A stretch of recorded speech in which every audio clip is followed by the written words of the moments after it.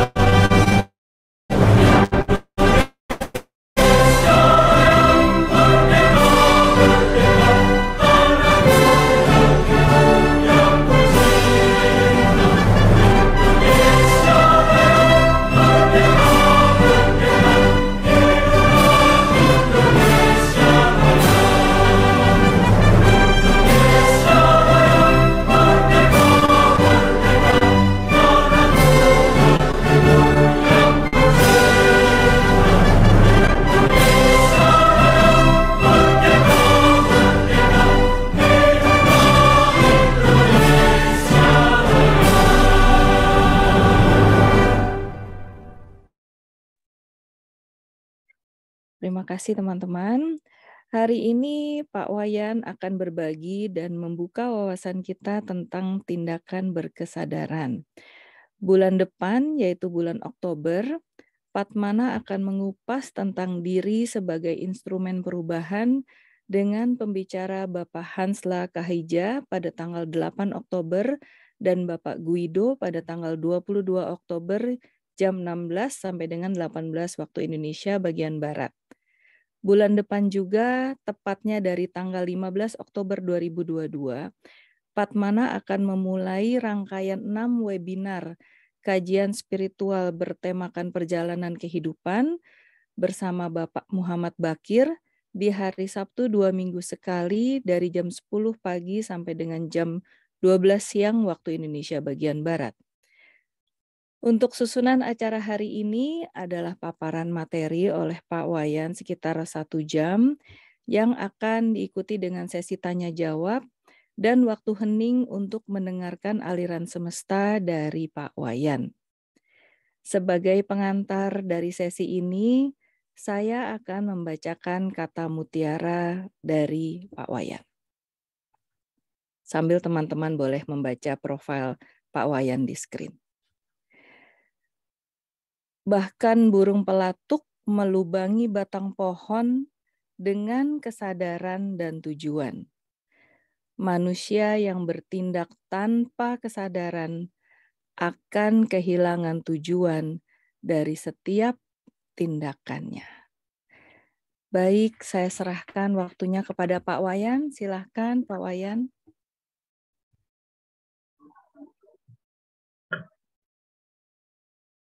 Selamat sore, Bu Eka. Selamat sore, Pak Wayan. Bapak Ibu yang sudah bergabung pada sore hari ini di Ruang Padmana. untuk kita berbincang tentang tindakan berkesadaran. Terima kasih saya diundang sore ini, karena ini hari yang bagus sekali untuk kita merenungkan kembali apakah tindakan berkesadaran itu sesuatu yang sangat-sangat penting. Karena temanya ini kesannya bahwa selama ini kita banyak melakukan tindakan-tindakan tanpa kesadaran. Nah, apa sebenarnya tindakan berkesadaran itu? Ini kita berbicara tentang dunia medis dulu. Jadi kalau ada orang yang mengalami kecelakaan, masuk ruang UGD, biasanya yang pertama, terutama ketika pasiennya datang karena kecelakaan dan terjadi benturan di kepala, maka yang pertama dites adalah tingkat kesadarannya. Tingkat kesadarannya apakah sampai koma atau yang lainnya. Ada dalam dunia medis skala yang disebut dengan Glasgow Coma Scale. Jadi dia dites tes verbal, tes gerakan mata, dan gerakan tangannya. Kalau semua itu mengalami penurunan dari standar, maka dia dianggap mengalami penurunan kesadaran atau koma. Dan tentu saja kalau orang itu mengalami koma, dia tidak akan bisa mengikuti perintah. Misalnya disuruh ngangkat tangan, yang kiri nggak mau, yang kanan nggak mau, bahkan tidak mengerti apa yang kita sampaikan, karena kondisi koma. Atau ketika dia disuruh menjawab pertanyaan, dia tidak mampu karena dia berada di kondisi kesadaran yang menurun. Disuruh membuka mata, nggak bisa. Nah, tapi ketika orang itu datang dengan kondisi baik-baik saja setelah kecelakaan, maka dianggap kesadarannya kompos mentis namanya, kesadarannya normal, dan dia dimungkinkan untuk dipulangkan kalau semuanya baik-baik saja. Nah, artinya apa? Artinya bahwa kesadaran itu sangat-sangat penting ketika orang mau melakukan sebuah kegiatan atau tindakan dalam kehidupannya. Kalau kesadaran orang itu menurun, maka dia tidak akan bisa mengenali di mana dirinya berada. Ini banyak saya temukan orang-orang yang habis kecelakaan itu. Ketika ditanya, siapa nama Anda, dia tidak kenal. Rumahnya di mana, apa yang terjadi, dia sama sekali nggak mengenal apa yang terjadi sampai dia tiba di rumah sakit.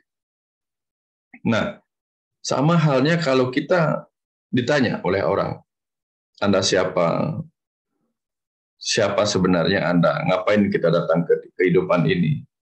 Nanti ketika pulang kita mau kemana? Berarti kita sebenarnya dalam kondisi orang yang tidak sadar menjalani kehidupan ini.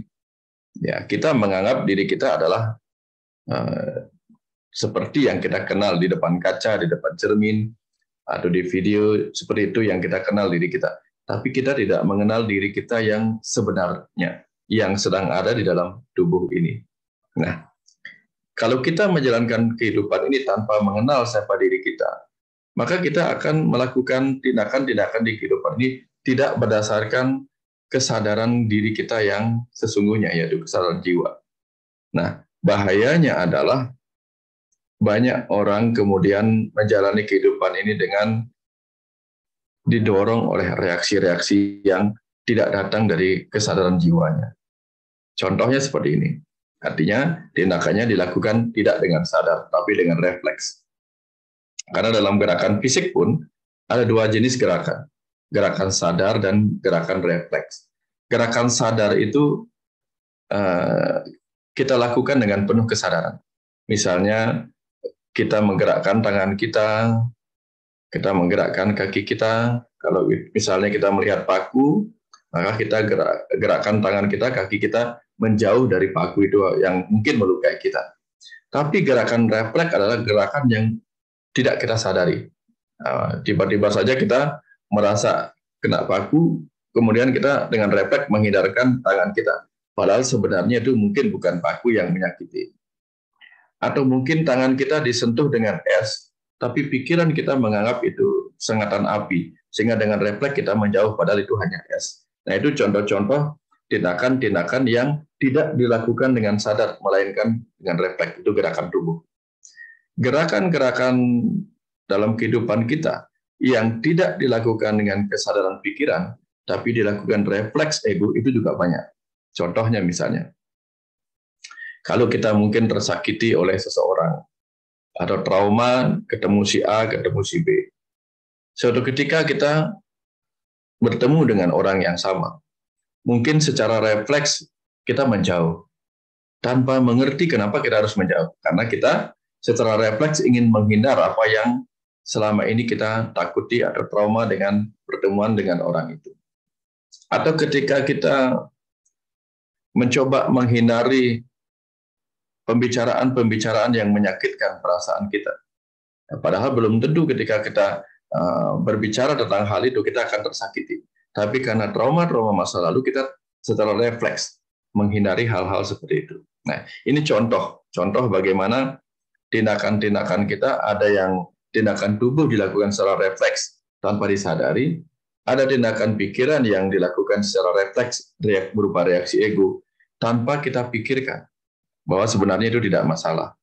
Nah, itu tergantung dari nilai-nilai yang selama ini diajarkan kepada kita. Misalnya ketika kita disakiti orang lain, secara refleks kita akan marah, secara refleks. Karena kita diajarkan untuk marah kalau disakiti. Kalau kita ditipu, maka kita secara refleks juga akan marah. Karena sejak kecil diajarkan bahwa ditipu itu menyakitkan. Kita akan mencoba menghindari saat ditipu atau marah ketika ditipu. Itu refleks kita. Tapi kalau kita menggunakan kesadaran yang lain, kesadaran jiwa misalnya, ketika kita ditipu, belum tentu serta-merta kita akan merasa tersakiti. Kenapa? Karena dengan kewaspadaan pikiran kita akan mencoba merenung menghadapi penipuan yang sedang kita alami. Ya, perenungannya mungkin seperti ini, dengan kesadaran. Kenapa saya hari ini ditipu orang? Ya, dia tidak merasakan sakitnya lebih dulu, tetapi yang dia gunakan pertama adalah pikiran sadarnya untuk mengamati, memahami, mempelajari apa yang terjadi. Nah, kenapa hari ini saya ditipu? Jangan-jangan sebenarnya di kehidupan sebelumnya saya pernah menipu orang dan hari ini saya mendapatkan pahala buruknya, karma pahalanya. Sehingga sebaiknya saya tidak membalas atau merasa tersakiti. Nah, ini contoh ketika kita melakukan tindakan pemikiran dengan penuh kesadaran. Nah, dalam ilmu pewayangan, dalam kisah Mahabharata, tindakan yang berkesadaran seperti ini dilakukan oleh Resi Bisma, kakek dari para Pandawa dan Kaurawa. Sebenarnya Resi Bisma itu adalah seorang prajurit, ya, seorang guru besar ilmu keprajuritan yang luar biasa, ksatria yang maha tangguh yang bahkan tidak bisa ditembus tubuhnya oleh senjata apapun. Ia tidak mungkin mati dengan cara apapun. Tapi ketika kemudian Krishna dibantu oleh Resi Bisma sendiri memberitahu rahasia kematiannya, maka dikirimlah Sri Kandi untuk melawan Resi Bisma. Sri Kandi hanya cukup melepas satu panah tepat mengenai dadanya Resi Bisma. Dan apa yang terjadi? Resi Bisma membiarkan itu, tidak melawan. Padahal dengan sangat-sangat mudah, Resi Bisma bisa membunuh Sri Kandi. Tetapi dengan tindakan berkesadaran, Resi Bisma menyadari bahwa Sri Kandi adalah reinkarnasi dari Dewi Amba yang dulu pernah dipanahnya tanpa sengaja dan menemui ajal. Nah, kalau saja Resi Bisma melakukan tindakan secara refleks sebagai seorang ksatria yang tentu akan melindungi dirinya dari ancaman kematian oleh prajurit yang lain, apalagi sekelas Sri Kandi, maka dengan mudahnya dia akan melepaskan panah dan membunuh Sri Kandi.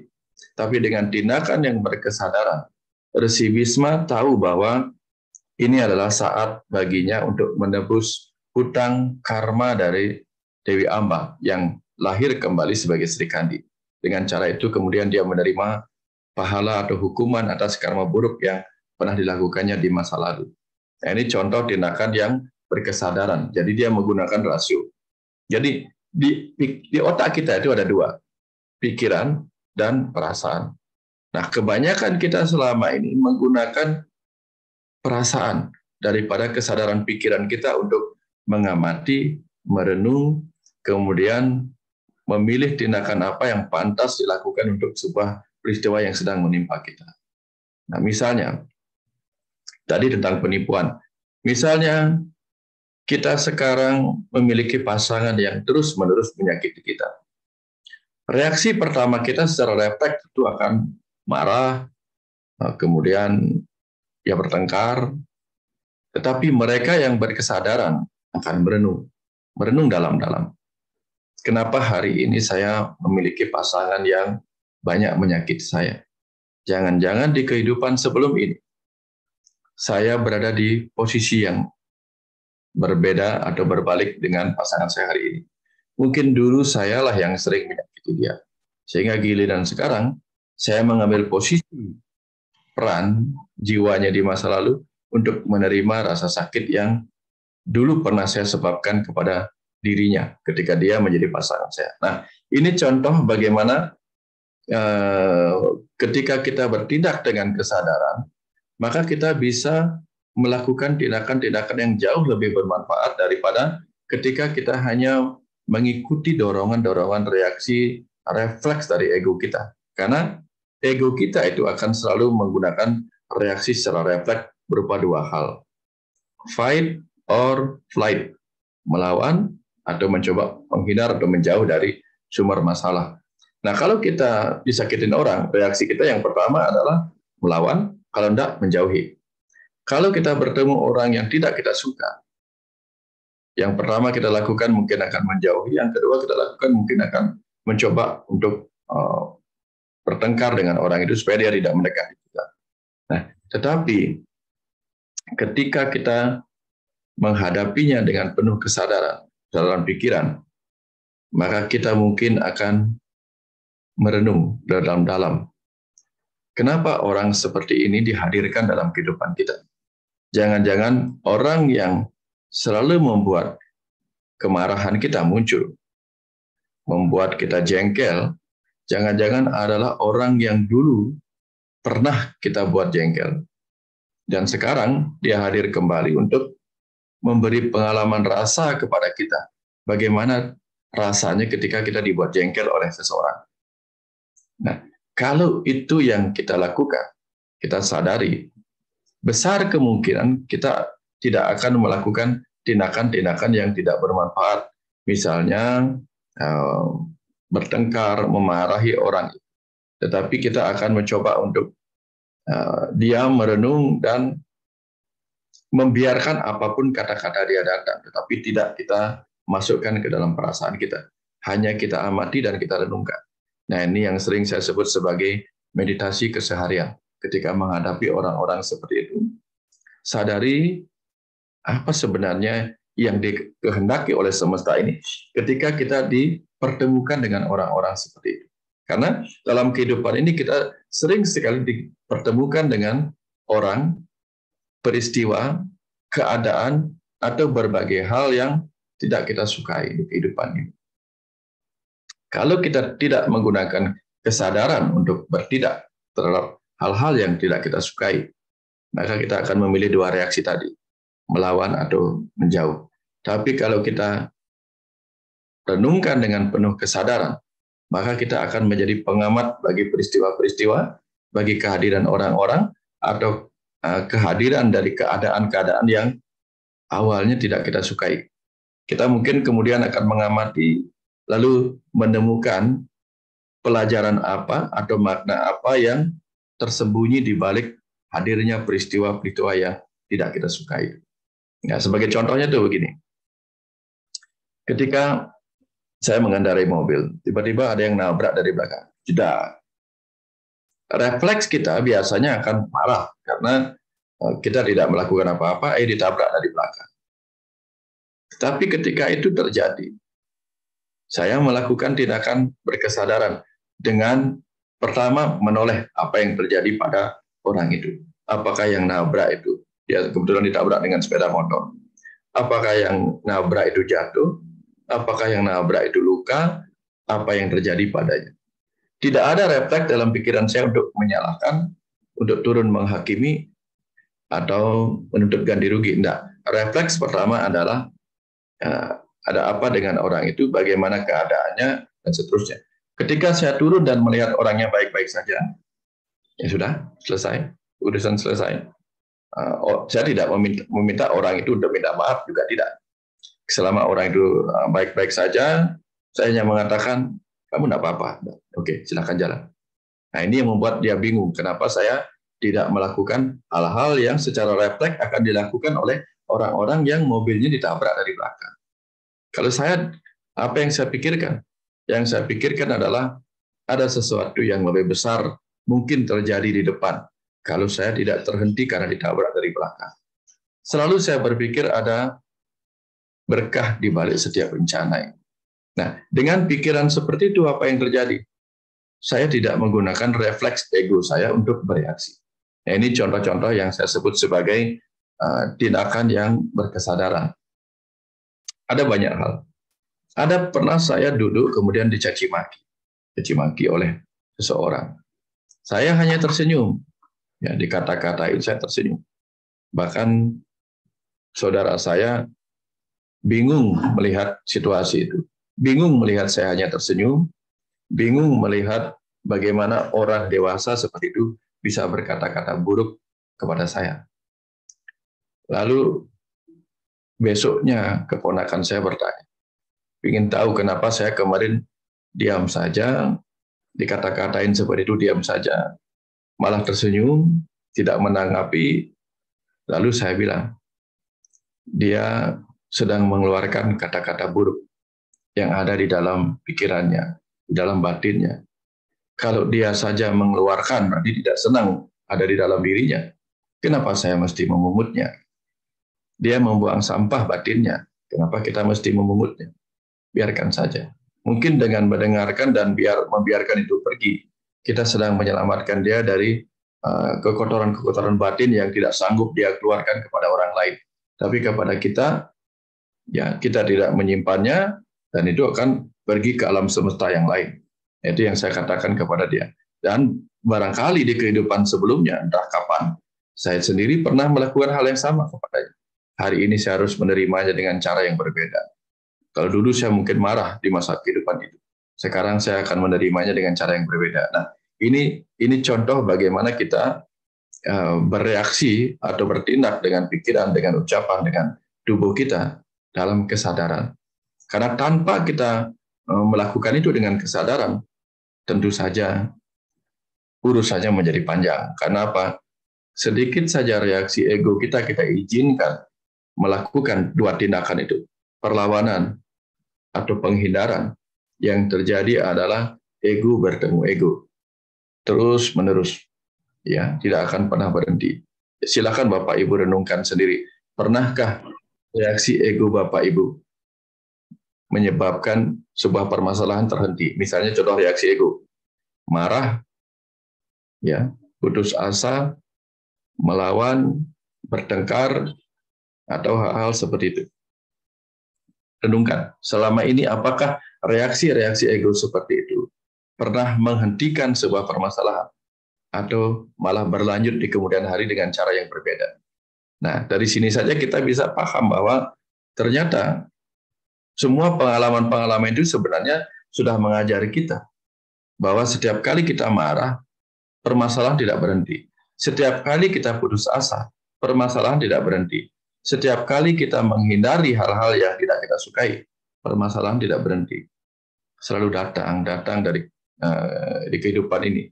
Karena sebenarnya semua itu datang untuk mengajari kita. Nah, kalau pikiran kita tidak mengalami kesadaran pada saat peristiwa itu datang, kita akan menyebutnya bencana, lalu ego kita secara refleks akan menghindar atau melawan. Ya, karena kita tidak menyukai hal-hal seperti itu. Nah, tapi kalau kita berkesadaran, yang pertama kita lakukan pasti adalah mengamati dan merenung seperti yang saya ceritakan sebelumnya. Dulu saya pernah juga, yang sering saya ceritakan, naik sepeda motor, lalu mencoba untuk berdoa sepanjang perjalanan, mengucapkan nama-nama Tuhan dalam 3 jam perjalanan naik sepeda motor. Tapi belum 1 jam perjalanan, baru 30 menit naik. Terus-menerus mengucapkan nama Tuhan sambil berdoa. Ditabrak sapi. Setelah ditabrak sapi, sapinya nyebrang mendadak.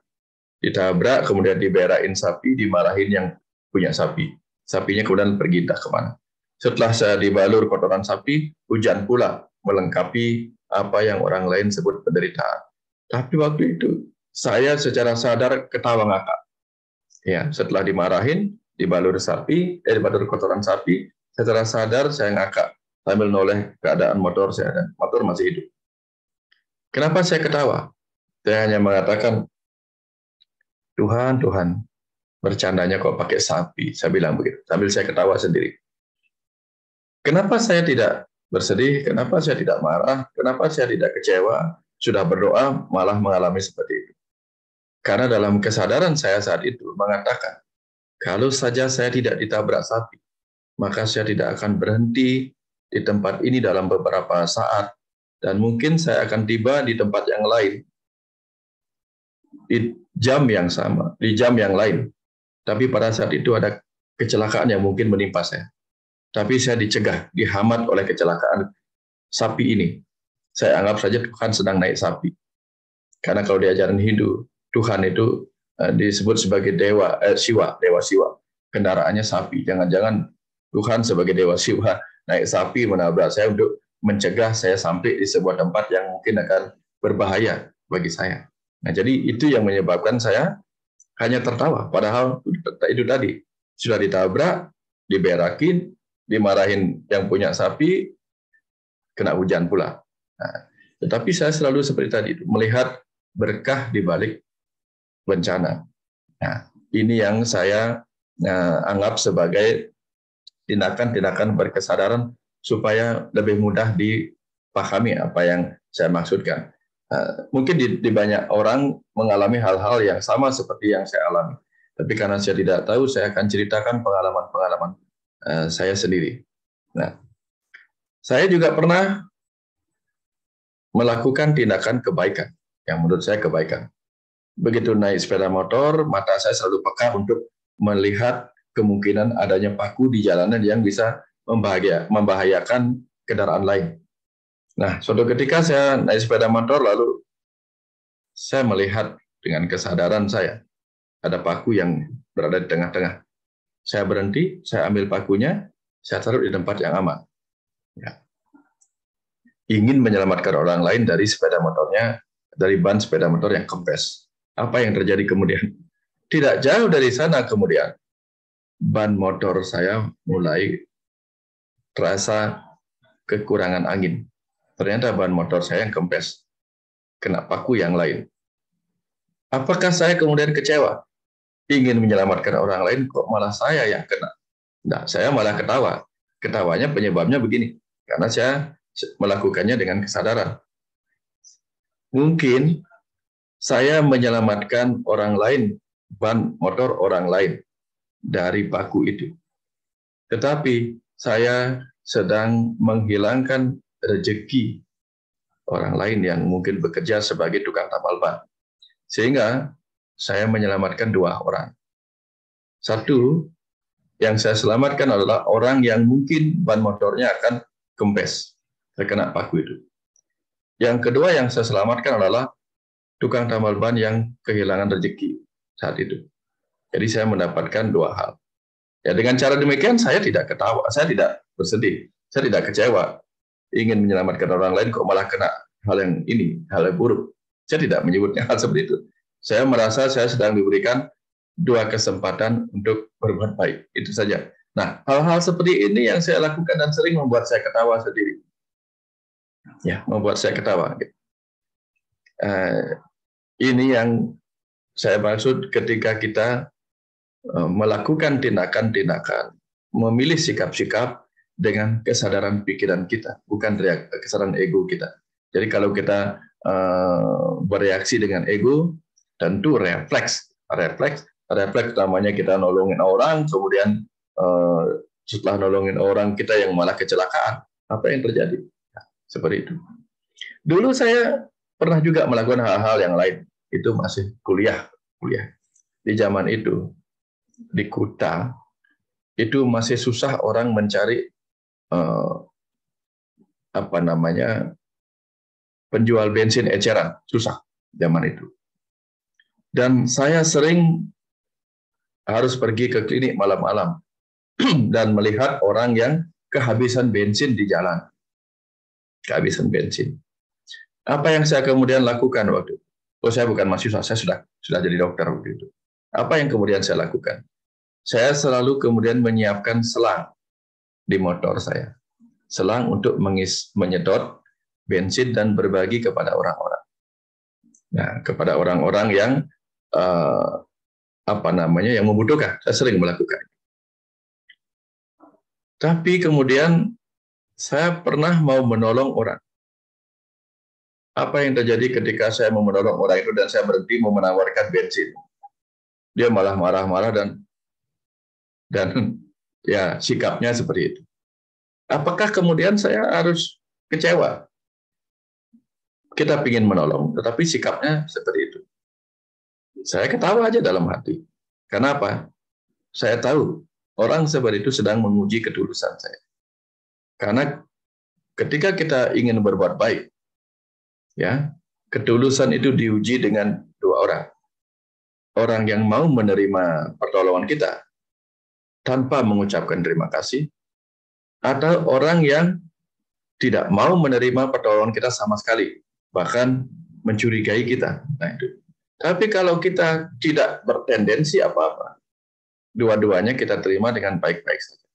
Ya, mungkin dia tidak sedang butuh pertolongan. Yang kedua, mungkin dia memang tidak merasa harus berterima kasih karena sudah tugas kita menolong orang.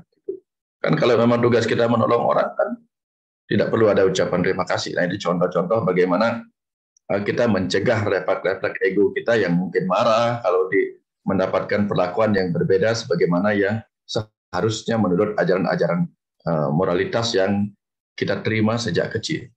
Nah, kan kalau kita diajarkan sejak kecil kan seperti itu. Kalau ada orang berbuat baik, maka kamu berterima kasih. Terus diajarkan seperti itu, maka refleks kita adalah ketika kita berbuat baik, ketika ada orang berbuat baik, kita refleks berterima kasih. Karena rasanya kok tidak enak kalau tidak berterima kasih. Tapi begitu kita yang melakukan kebaikan dan orang yang kita tolong tidak berterima kasih, refleks kita akan melihat orang itu salah. Nah, akhirnya apa? Mungkin kita marah. Ini sudah ditolong, tidak bisa bilang terima kasih. Itu contoh. Contoh yang membuat kita kemudian sudah menolong, harusnya kita bahagia menolong, tapi kita tersakiti gara-gara orang itu tidak mengucapkan terima kasih atas pertolongan kita. Bayangkan bagaimana kebaikan yang kita lakukan justru membuat kita menderita oleh hal-hal sederhana. Ya, semacam ucapan terima kasih yang tidak diucapkan oleh orang yang kita tolong.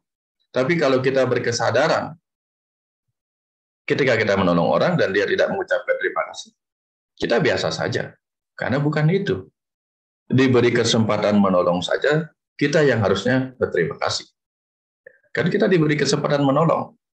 Karena mungkin kita pernah punya hutang karma di masa lalu dengan dia, dan sekarang diberi kesempatan menolong. Kita yang berterima kasih sudah diizinkan menolong. Nah, atau orang yang tidak mengucapkan terima kasih sedang menguji ketulusan kita. Nah, kalau hal-hal seperti itu kita lakukan dengan kesadaran yang lain, kesadaran yang jiwa kita, akan sedikit sekali peluang kita tersakiti oleh apa yang selama ini diajarkan kepada kita bahwa kalau orang begini harusnya begini, kalau orang begini harusnya begini. Tentu saja boleh kalau kita berbicara tentang moralitas, tentu saja kita memang perlu mengajari anak kita, keluarga kita, atau kita sendiri untuk berterima kasih kepada orang lain yang menolong kita. Tentu boleh, dan itu harus. Tapi ada hal lain yang juga perlu kita pelajari, yaitu untuk tidak bereaksi negatif, tidak bereaksi emosi, atau tidak bereaksi dengan ego ketika kebaikan kita tidak mendapatkan respon yang baik juga dari orang lain. Ya, kita memandangnya harus dengan cara yang berbeda, dengan kesadaran yang berbeda, bukan dengan reaksi ego. Kesadaran yang lain yang kita gunakan adalah, oh, ini ujian ketulusan. Ya, ketika kita tulus, kita nggak peduli apapun respon orang, apapun reaksi orang, apapun balasan orang, kita nggak penting. Ya, sama seperti kita menolong kucing yang mau tenggelam, kucing itu mungkin mencakar kita. Ya, kalau kucing mencakar kita, padahal kita ingin menolongnya, bukan berarti kita harus mencakar si kucing itu juga. Ya, karena akan selalu seperti itu. Ya, seperti itu yang kita akan alami dalam kehidupan ini. Tidak selalu kebaikan yang kita lakukan akan seketika itu dibalas oleh kebaikan. Karena barangkali kebaikan yang kita lakukan bukan untuk mendapatkan pahala, tetapi kebaikan yang kita lakukan mungkin saja memang untuk menebus kebaikan orang lain di masa lalu yang pernah dilakukan kepada kita. Sehingga hari ini kita terdorong untuk melakukan kebaikan. Mungkin dulu kita punya hutang banyak atas kebaikan orang lain. Gilirannya sekarang kita ketika bisa melakukan kebaikan, giliran sekarang kita membayar. Sehingga berharap orang lain merespon dan berterima kasih atas kebaikan kita, mungkin sebaiknya tidak terlalu kita harapkan. Nah, justru kita setiap melakukan kebaikan malah berterima kasih. Diizinkan melakukan apa yang menjadi dorongan dari dalam diri kita. Itu contoh tindakan berkesadaran jiwa, ya, bukan tindakan yang didorong oleh reaksi-reaksi. Nah, nanti akan pasti banyak cerita-cerita yang Bapak Ibu sendiri alami yang barangkali akan perlu ditanyakan, perlu digali lebih dalam apa yang bisa kita lakukan ketika kita sendiri mengalami kondisi-kondisi yang tidak kita sukai atau kita tolak kehadirannya dalam kehidupan kita. Nah, bagaimana caranya mengatasi reaksi dalam diri kita sehingga kita bisa melakukan tindakan yang berkesadaran. Nah, jadi saya beri kesempatan untuk Bapak Ibu memancing dengan pertanyaan supaya kita lebih interaktif. Sebelum nanti saya berikan tambahan-tambahannya. Silakan Bu Eka, barangkali sudah ada yang bertanya. Silakan atau raise hand, silakan setelah langsung ditanyakan pengalaman-pengalaman pribadinya sehingga saya bisa lebih gampang memberikan solusi-solusi seperti itu. Bagaimana tindakan kesadarannya. Silakan. Ya, terima kasih Pak Wayan. Ini ada Ibu Ambarwati. Silahkan. Raise hand ya. Langsung buka mic aja, Bu. Oh iya, oke. Selamat sore. Terima kasih untuk kesempatan dan penjelasannya Pak Wayan. Pak Wayan, aku mau tanya ini apa? Jadi gimana? Jadi itu kan aku tuh semenjak bapakku meninggal tuh 2017 tuh aku tuh sering ngedengerin celetukan-celetukan kayak entah itu kematian atau omongan-omongan buruk, entah itu baik untuk orang lain atau untuk diri aku sendiri. Dan awal-awalnya tuh celetukan itu tuh kenceng banget dan ngebuat aku tuh kayak ketakutan sampai nggak bisa keluar dari rumah atau takut akan kematian lah atau gimana-gimana. Tapi apa ya? Bentar Bu Ambarwati. Ya. Boleh tahu celetukan seperti apa? Silakan. Kayak misalkan aku lagi bicara sama orang terus celetukannya tuh ngomong kayak nanti si orang itu mati lo ketabrak mobil, atau misalkan aku lagi diam lagi nonton sesuatu terus tiba-tiba nanti kamu mati tuh kayak gini nih, entah sakit lah entah apa, atau kayak ada dengar kayak teman aku kena penyakit ini terus si celetukan ngomong nanti kamu kena juga lo, nanti kamu miskin lo nggak bisa punya ini, lo nggak bisa gini lo gini gitu sih Pak. Celetukannya suka begitu, kayak kan mengganggu banget. Dan mungkin karena pas lagi bapak saya meninggal saya tuh nggak memproses rasa sedih, rasa kehilangan atau gimana jadi tuh ketakutan banget, takut kehilangan orang, saya juga takut mati gitu Pak. Nah terus seiring berjalannya waktu aku kan juga mulai mencari-cari gimana cara menghilangkannya. Tapi semakin lama aku mencoba menghilangkan tuh semakin muncul dan kayak ya semakin masih suka ngebuat takut sih Pak. Terus kayak pernah suatu malam beberapa minggu yang lalu sih Pak, pas lagi saya berpikir gitu, saya coba merenung, kayak saya ini kenapa celetukan kok muncul, kayak lagi baca novel gitu. Pak lagi baca novel aja tuh kayak baca satu kalimat si celetukannya tuh kayak, nanti kamu bakal gitu juga loh gitu. Jadi tuh aku mikir kayak, ini celetukan kenapa kayak gini ya gitu. Terus setelah saya coba telusuri terus saya jadi punya kesimpulan kayak apakah ini celetukan dari perasaan saya yang dulu tuh saya tuh kayak bingung mengekspresikan perasaan saya gitu sih, pakai misalkan saya maksudnya pas lagi masih marah saya telan, maksudnya saya nggak bisa mengeluarkan ekspresi dengan baik gitu Pak. Jadi itu kayak saya mikir apakah ini semuanya karena dari perasaan-perasaan dulu, kekesalan dulu, atau yang begitu yang kayak peristiwa-peristiwa yang menurut saya mungkin kurang baik, yang cercaan saya timbun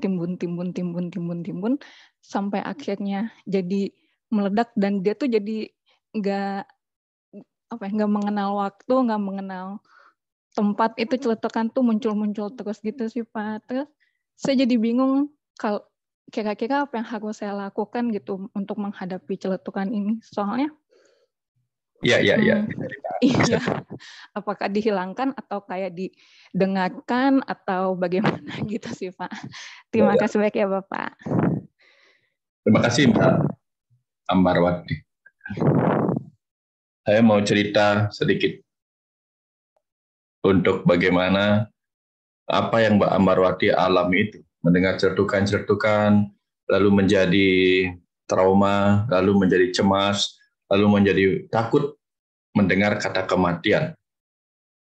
Apakah itu bencana ataukah berkah? Nah, saya cerita sedikit tentang apa yang dialami oleh Siddhartha, Pangeran Siddhartha dari Kerajaan Kapilavastu 2500 lebih tahun yang lalu. Dia Pangeran Siddhartha itu sejak kecil sudah diramalkan oleh seorang pendeta di masa itu, seorang suci di masa itu, bahwa kelak dia akan menjadi raja dari umat manusia. Gara-gara itu kemudian ayahandanya, raja dari kerajaan Kapilavastu, kemudian mencoba untuk mencegahnya berhubungan dengan pengetahuan-pengetahuan spiritual. Kemudian dibiarkanlah dia tetap ada di penjara, diberikan berbagai kenikmatan duniawi. Ya namanya kerajaan kan kaya raya. Ya diberikan berbagai keindahan taman, diberikan istri yang cantik, diberikan berbagai hal yang membuatnya senang dengan kehidupan ini. Tapi pada akhirnya suatu ketika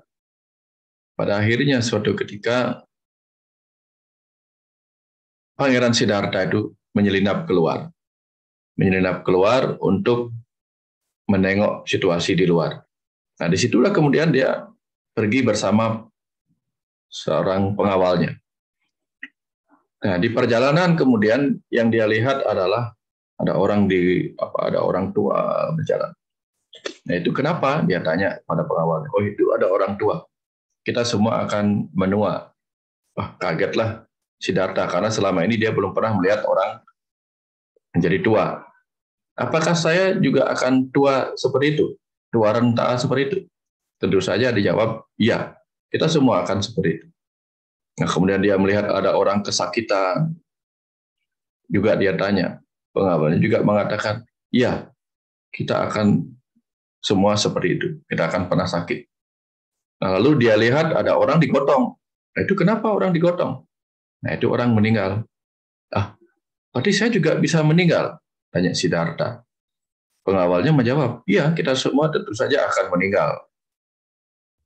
Nah, disitulah mulai dia merasakan bagaimana rasa sakit itu menderitakan. Orang meninggal itu juga menderitakan. Orang tua renta itu juga membuat kita menderita. Tidak gesit lagi seperti di masa muda.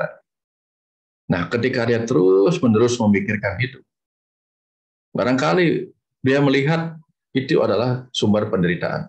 Nah, bagaimana jalan keluarnya? Nah, dari memahami sakit, tua, kemiskinan, kematian sebagai sumber penderitaan batin manusia, maka dia ingin mencari jalan untuk membebaskan umat manusia dari rasa takut atau penderitaan oleh karena keempat hal itu.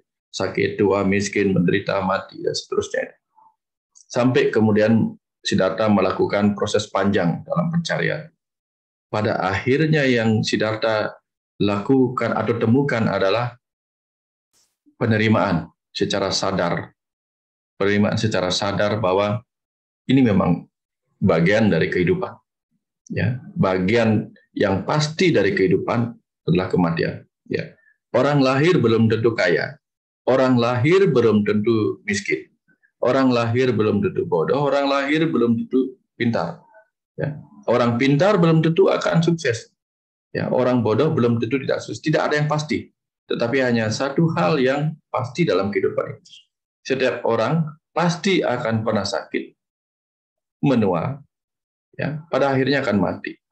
Nah, ketika menyadari hal ini, ya, bagaimana mungkin kita menolak hal-hal yang sudah menjadi kepastian? Satu-satunya cara adalah belajar menerima. Belajar menerima itu. Nah, ketika kita sudah menerima kematian sebagai bagian dari ujung perjalanan kita yang sementara di bumi ini, mungkin kita tidak akan terlalu terguncang oleh kata kematian.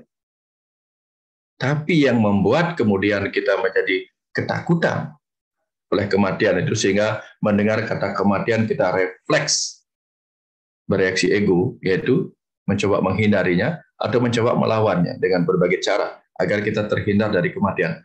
Penyebabnya adalah ajaran-ajaran di masa lalu yang mengatakan kematian itu mengerikan, kematian itu menakutkan, kalau kita bersalah, kalau kita berdosa maka kita dihukum, di neraka, di bla bla bla, segala macam yang menakutkan.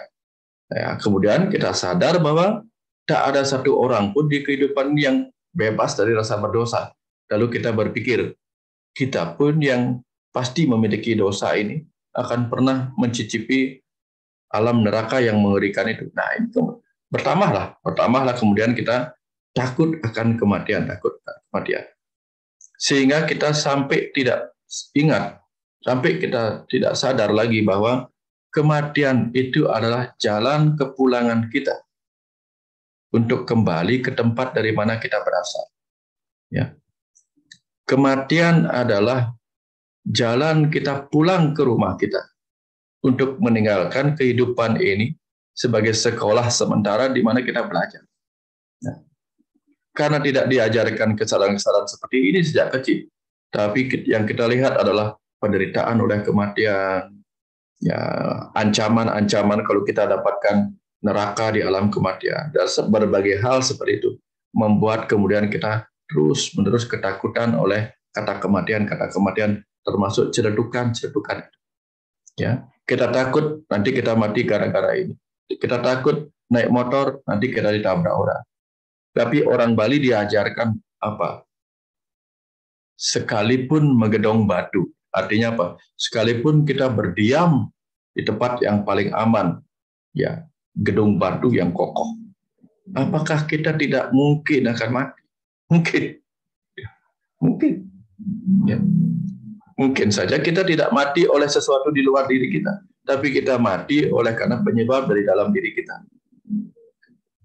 Mungkin kita sehat, sehingga kita mungkin bebas dari ancaman kematian oleh penyakit dalam diri kita. Tapi di luar diri kita ada banyak hal-hal yang mungkin menyebabkan kita mati. Ya. Nah, jadi kalau itu yang kita pikirkan, habis waktu kita untuk memikirkan kematian. Nah, sehingga kalau kita terus-menerus memendam rasa takut pada kematian, kita pendam, dan tidak bertemu dengan pencerahan-pencerahan yang membuat kita tenang. Apa yang terjadi? Pendaman, emosi rasa takut akan kematian itu suatu ketika akan keluar menjadi benih-benih kecemasan yang membuat kita mendengar sedikit saja ceredukan kematian, jantung berdetak kencang, tidak berani ketemu orang. Kenapa? Takut orang lain nyereduk tentang kematian yang tidak kita ingin dengarkan. Akhirnya kita menjadi orang yang mengasingkan diri gara-gara ketakutan. Ketakutan untuk mendengarkan kata-kata tentang kematian. Nah, sehingga jalan keluar yang perlu kita lakukan adalah pertama, re-edukasi. Nah, seperti sekarang ini kita melakukan re-edukasi. mencoba mengajari batin kita sendiri supaya bebas dari doktrin-doktrin masa lalu. Ya, doktrin-doktrin masa lalu yang mungkin pernah mengisi masa kecil kita, mengisi batin masa kecil kita, sehingga kita menjadi trauma dan ketakutan akan kematian. Takut pada sesuatu yang sudah pasti dalam kehidupan kita, entah tahu, tidak tahu kapan. Ya, kenapa kita tidak diizinkan tahu? Karena kalau kita diizinkan tahu, bagaimana rasanya menjalani kehidupan yang kita sudah tahu kapan kita akan mati. Ya, sehingga dibiarkanlah itu misteri. Sehingga apapun kata-kata orang tentang kematian, bahwa kita akan begini-begini, tidak pernah itu ada kepastian. Ya. Bahkan seorang dokter tidak pernah tahu kapan orang itu mati. Ada orang yang koma sekian tahun, dianggap sudah mati. Kenyataannya dia bisa hidup. Ada orang yang sudah dikirim ke kamar mayat, semua tanda-tanda fisik sudah mati. Ya, secara medis sudah mati. Ternyata hanya mati suri. Jadi kita tidak pernah benar-benar tahu. Tidak ada seorang pun yang pernah benar-benar tahu apakah orang itu akan mati kapan. Ya. Tapi kalau memang orang sudah mati, tanda-tanda kematiannya jelas, itu beda lagi. Itu. Tapi kapan orang mati, apa penyebab orang akan mati, kita tidak pernah tahu. Tidak pernah tahu. Kata orang merokok menyebabkan kematian. Banyak orang merokok sampai tua. Ada orang olahraga membuat kita sehat. Faktanya ada orang mati karena olahraga. Nah, jadi kita tidak pernah tahu pasti kapan itu terjadi, walaupun itu sudah pasti. Sehingga menghabiskan waktu kita untuk memikirkan hal-hal yang kita tidak tahu pasti, walaupun itu sudah pasti terjadi, akan menyia-nyiakan kehidupan kita yang mungkin akan membahagiakan. Nah, ini ada cerita seseorang jatuh ke dalam jurang. Dalam ajaran Buddha, jatuh ke dalam jurang, kemudian dia berpegangan pada ada akar pohon. Nah, kalau dia jatuh, ternyata di bawah ada singa menunggunya. Kalau dia naik, ternyata di sana ada ular yang melilit dan siap mematuknya. Apa yang dia lakukan kemudian? Dia toleh kanan, toleh kiri. Kebetulan di sana ada pohon murbei. Lalu dia nikmati buah murbei itu, dia nikmati. Nah, pesan spiritualnya apa? Di masa depan, mungkin ada sesuatu yang mengancam kehidupan kita. Di masa lalu juga ya, tapi yang bisa kita lakukan adalah menikmati apa yang ada di masa kini. Ya. Kalau kita terlalu memikirkan kematian yang sudah pasti itu, ya, maka kita tidak akan bisa menikmati kekinian kita seperti yang dialami oleh Mbak Ambar. Seperti dialami juga oleh banyak orang yang terjebak dalam kecemasan dan kemudian mengalami psikosomatik atau gangguan atau gejala-gejala pada tubuh yang diakibatkan oleh mental yang dipenuhi kecemasan. Nah, jadi hidupnya tidak nyaman, hidup kita tidak nyaman. Nah, sehingga untuk menghilangkan itu, setelah reedukasi tentang alam kematian, saya mau kasih anchor satu sama Mbak Ambar, dan mungkin pada semua orang seperti ini. Di tahun 2006, sehingga saya melakukan kegiatan-kegiatan seperti ini, membabarkan seperti ini. Karena saya dapat tugas dari semesta ini untuk menyampaikan dalam bahasa ini, diingatkan. Bahasanya begini, pesannya begini. Nah, ingatkan saudara-saudaramu untuk pulang. Artinya apa? Saya disuruh mengingatkan saudara-saudara saya, para jiwa-jiwa yang sedang ada di kehidupan ini, dalam tubuh-tubuh fisik yang ditempatinya saat ini, untuk ingat bahwa suatu ketika kita harus pulang. Jangan hanya melupakan kepulangan kita, sehingga kembali lagi ke kehidupan, karena tautan karma yang membuat kita harus mengalami reinkarnasi, dan lupa bahwa kita harus pulang. Sehingga pesannya demikian, nak ingatkan saudara-saudaramu untuk pulang. Akhirnya saya bertanya kepada, di situasi yang lain saya bertanya tentang alam kematian kepada kakek saya yang sudah meninggal jauh sebelum saya terlahir. Saya tanya, ini barangkali bisa menjadi anchor yang menenangkan. Saya tanya, Kek, bagaimana sih sebenarnya di sana, di alam kematian? Apa jawaban kakek? Ternyata jawabannya begini, oh, di sini 20.000 kali lebih indah dari kehidupan bumi. 20.000 kali lebih indah dari kehidupan bumi. Tapi sebenarnya saya tidak diizinkan menyampaikan ini. Karena apa? Karena kalau salah ditangkap oleh orang-orang, mereka malah memilih meninggalkan kehidupan bumi ini demi pergi ke alam kematian yang 20.000 kali lebih indah. Karena salah paham. Padahal untuk sampai ke alam kematian seperti itu, kita harus bisa menikmati kehidupan ini dulu. Seperti pesan yang disampaikan kemarin oleh semesta lewat saya. Misalnya begini, ini ibu di rumah, ada ibu kita di rumah masak enak. Menunggu anaknya pulang, mau diberi kejutan masakan yang enak, beraneka ragam. Tahu-tahu siang-siang anaknya pulang dari sekolah dengan perasaan sedih, marah, kecewa, dan sebagainya. Mungkin ada masalah-masalah dengan teman-temannya. Mungkin teman-temannya membulinya atau melakukan apa, mungkin dimarahin gurunya. Sehingga pulang-pulang dia kecewa. Nah, ketika dia kecewa, dia air matanya mengering. Dikasih tahu sama ibunya, "Nah, kamu mandi dulu. Di dapur ibu sudah siapkan makan siang yang enak. Enak sekali, yang kamu sukai. Bahkan ada yang baru." Si anak nggak mau. Dia langsung berteriak-teriak di kamarnya sendiri, meluapkan emosinya. Ya, disuruh mandi nggak mau. Akhirnya dipaksa sama ibu, "Ayo kita makan. Nanti aja kamu mandinya." Kemudian dia makan, pergi ke dapur.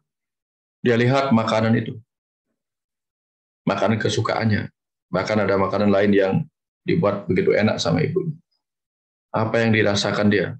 Dia tidak bisa menikmati makanan enak. Karena pikirannya ada di sekolahnya. Pikirannya masih tertinggal di sekolahnya. Karena tadi ada masalah sama teman, dibully, bla bla bla. Dia merasa kecewa. Sehingga kemudian dia makan juga makanan ibunya, tapi semuanya dia tidak bisa nikmati kelezatan makanan itu. Nah, hal yang sama terjadi. Kalau kita memilih pulang dari kehidupan ini, pulang ke alam sana, ke alam kematian, tetapi kita meninggalkan kehidupan ini dengan perasaan marah, kecewa, karena kita tidak bahagia menjalani kehidupan ini sebagai ruang sekolah bagi jiwa kita di sini. Betapapun indahnya alam surga di sana, itu misalnya, walaupun di alam kematian itu 20.000 kali lebih indah dari kehidupan bumi, kita tidak akan bisa menikmati di sana. Karena pikiran kita, emosi kita tertinggal pada masalah-masalah kehidupan yang membuat kita menderita. Nah, sehingga sarannya adalah seindah apapun di alam sana, belajar lebih dulu menikmati kehidupan ini. Belajar lebih dulu bahagia atas apapun yang terjadi dalam kehidupan ini, dalam diri kita. Baru nanti pulangnya bisa bahagia. Kalau pulangnya sudah bahagia, sedikit pun kenikmatan yang ada di alam kematian kita bisa rasakan dengan bahagia. Apalagi kalau itu 20.000 kali lebih indah dari sini. Luar biasa kita akan menikmatinya. Nah, ini pesan lainnya untuk anchor-nya itu. Jadi tugas berikutnya bagi Mbak Abarawati dan buat kita semua adalah bagaimana kita bisa bahagia dalam kehidupan ini.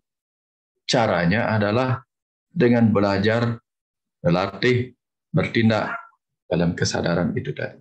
Kesadaran bahwa setiap hal yang datang dalam peristiwa-peristiwa kehidupan kita adalah pelajaran-pelajaran bagi kematangan jiwa kita. Celetukan-celetukan akan kematian yang sekarang membuat kita takut, mungkin adalah celetukan yang sama yang di kehidupan sebelumnya pernah membuat kita takut, sehingga kita tidak bisa menikmati kebahagiaan di kehidupan ini dan sampai pulang. Sekarang dia muncul lagi celetukan itu untuk mengingatkan kita bahwa ini adalah pelajaran yang sedang diulang, sedang remedi di pelajaran ketakutan akan kematian. Nah, ini yang Mbak Amarwati alami.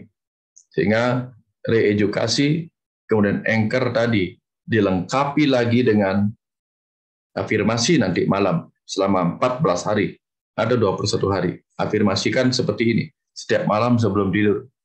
Ya, katakan seperti ini.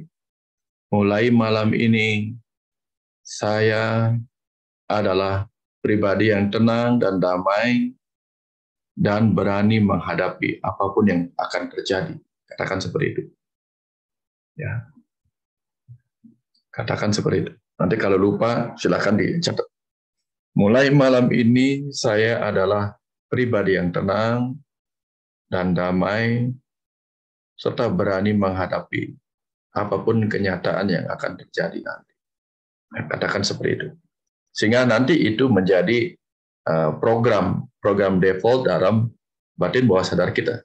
Sehingga apapun yang terjadi, kita dengar celetukan menjadi biasa, selalu tenang dan damai. Kenapa? Anchor di batin bawah sadar kita sudah berbeda. Nah, itu contohnya.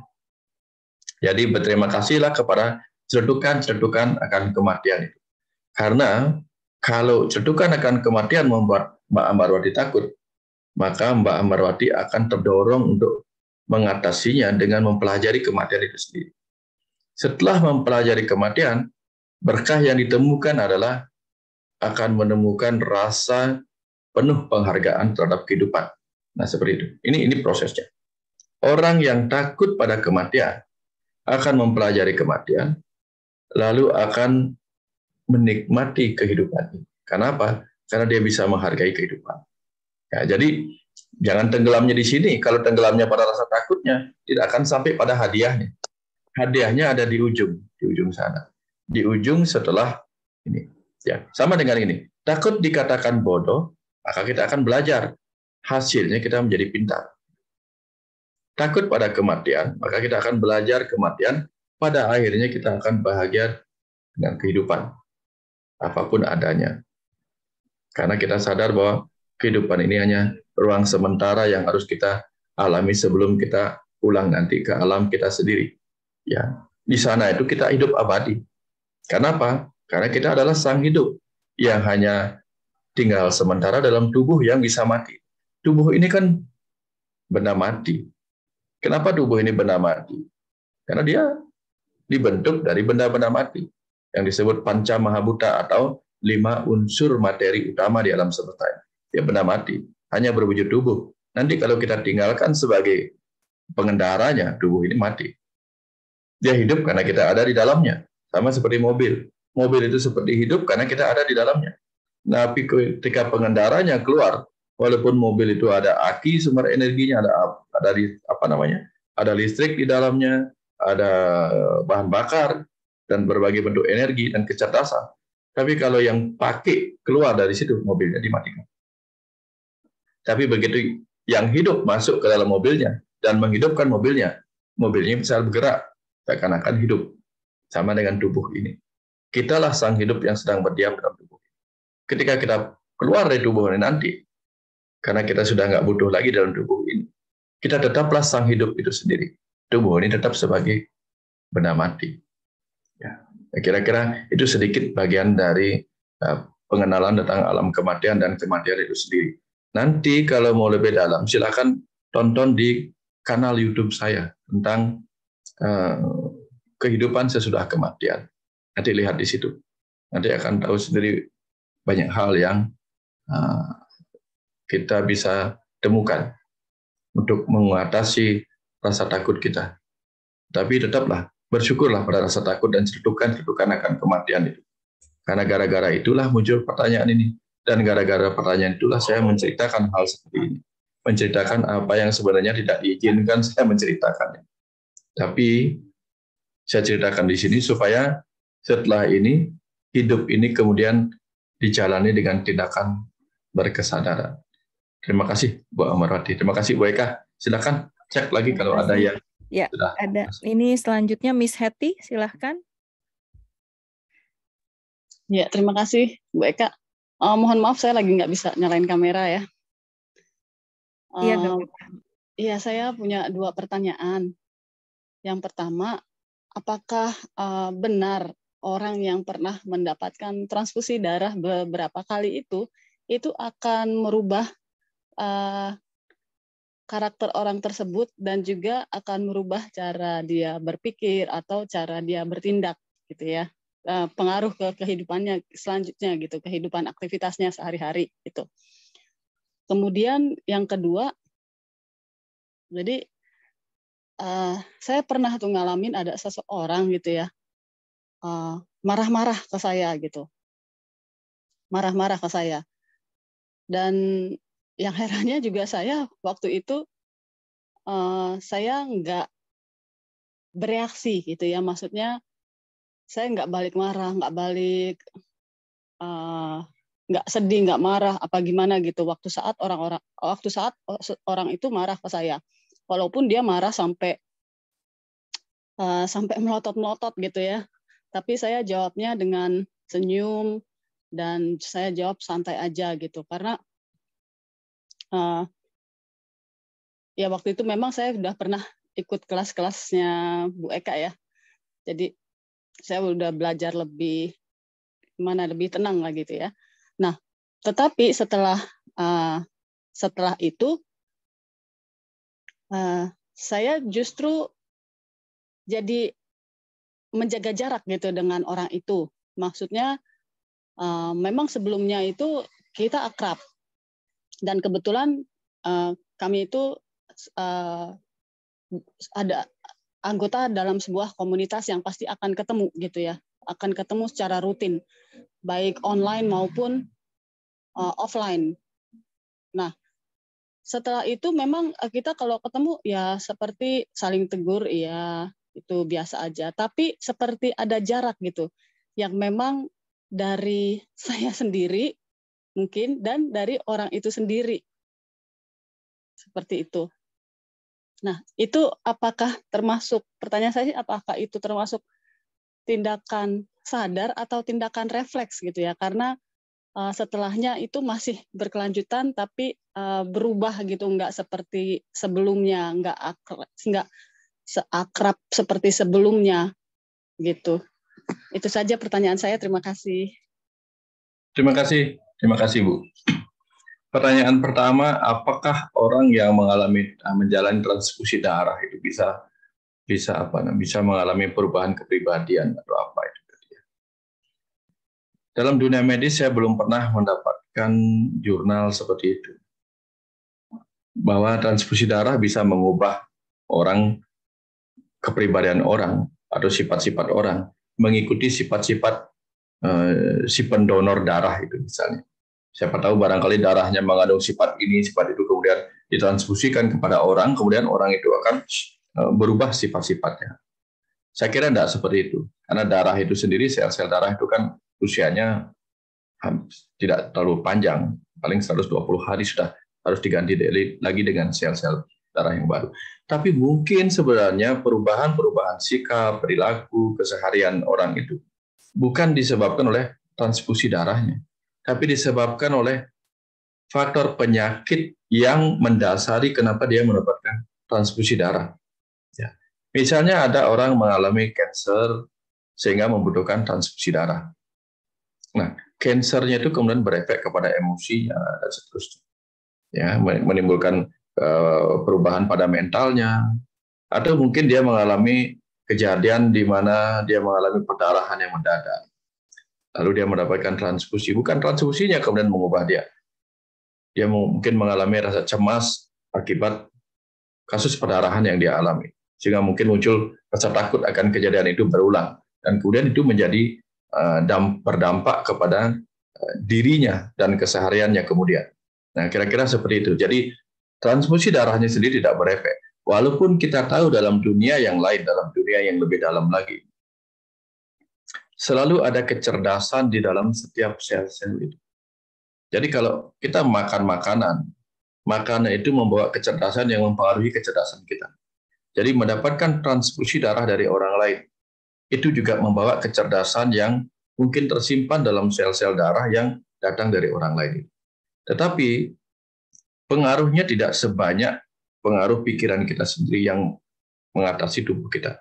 Nah, jadi tidak segampang itu terjadinya perubahan pada diri seseorang hanya gara-gara mendapatkan transfusi darah yang mengandung kecerdasan dari sang pendonor. Tidak semudah itu. Bahkan orang yang mengalami transplantasi hati atau liver, bukan berarti sifat-sifatnya atau yang lain-lainnya akan berpengaruh kepada orang itu, bukan seperti itu. Ya. Itu jawaban saya untuk pertanyaan pertama.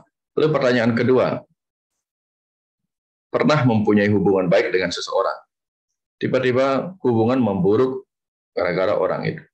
Nah, pada saat itu reaksinya ya, Ibu tadi, Mbak, tidak bereaksi mengikuti ego, tapi dengan kesadaran diam. Tidak ada reaksi. Yang dua, tidak melawan, tidak menjauh, tapi diam dalam kesabaran dan tersenyum. Nah, tapi kemudian pertemuan-pertemuan berikutnya muncullah penghindaran-penghindaran atau tidak bicara untuk mencegah tidak terjadi konflik yang barangkali konflik pertama bisa teratasi, belum tentu di konflik kedua tidak ada reaksi ego.